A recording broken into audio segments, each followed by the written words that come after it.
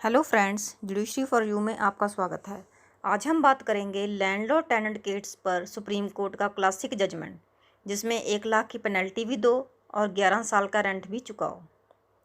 मकान मालिक और किराएदारों के झगड़े किसी भी जगह आम बात है। विवाद बढ़ने पर मामला कोर्ट में भी जाता है और फैसले भी आते हैं। सुप्रीम कोर्ट के सामने एक ऐसा अनोखा केस आया जिसे कोर्ट ने क्लासिक केस कहा है।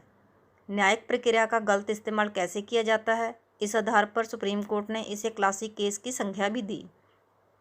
उच्चतम न्यायालय ने पश्चिम बंगाल के अलीपुर में दुकान हड़पने के मामले में सुनवाई की। इस दरमियान कोर्ट ने किराएदार पर 1 लाख का जुर्माना लगाया और 15 दिनों के भीतर दुकान बाजार दर पर मकान मालिक को सौंपने का आदेश दिया।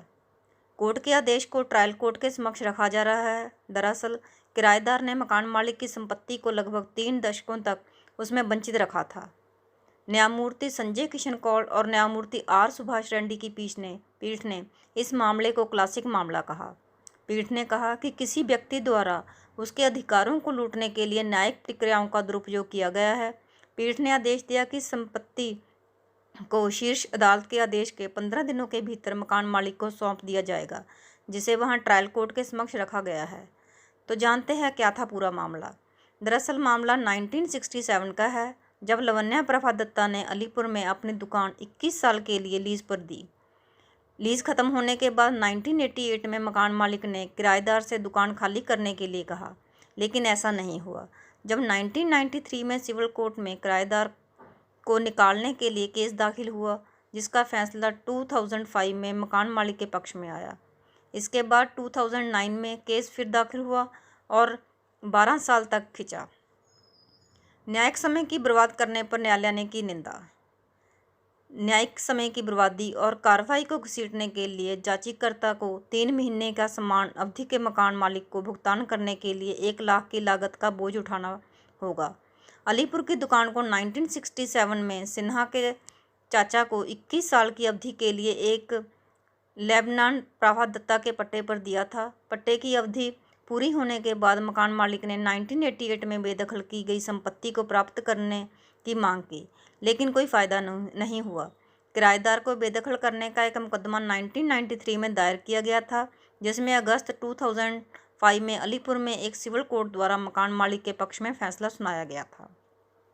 इसके साथ ही याचिकाकर्ता के चाचा ने सुप्रीम कोर्ट में भी दी थी चुनौती। इस आदेश को सिन्हा ने चाचा के सुप्रीम कोर्ट में चुनौती दी थी, लेकिन बेदखली आदेश को सभी श्रेष्ठ अदालतों ने बरकरार रखा था। 2009 में मकान मालिक को फिर से एक अदालत में जाना पड़ा, जिसमें किराएदार को निष्पादन की कार्रवाई दायर करके बेदखल कर दिया गया। इसके बाद सिन्हा ने खुद को मूल किराएदार का भतीजा होने का व्यवसाय में एक भागीदार होने का दावा किया था, जो उसके चाचा ने उसी संपत्ति से चलाया था। सिन्हा को निष्कासन का मुख्यादेश देने की कोशिश को पहले सितंबर 2011 में और उसके बाद अप्रैल 2016 में एक अपीलकर्ता अदालत ने निरस्त कर दिया।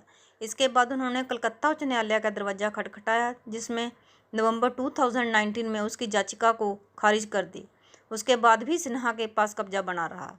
हाई कोर्ट के आदेश के खिलाफ सिन्हा ने सुप्रीम कोर्ट का रुख किया, जिसमें किराएदार को मामला दर्ज करके विवाद को खींचने के लिए निंदा की और उस पर जुर्माना लगाने का आदेश जारी किया।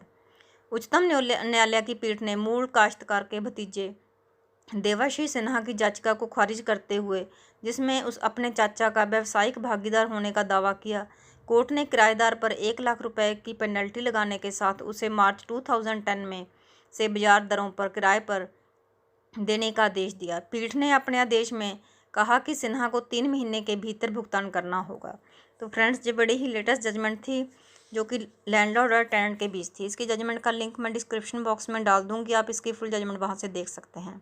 तो ऐसी लेटेस्ट वीडियोज़ देखने के लिए आप हमारे चैनल पर बने रहें। तब तक के लिए धन्यवाद।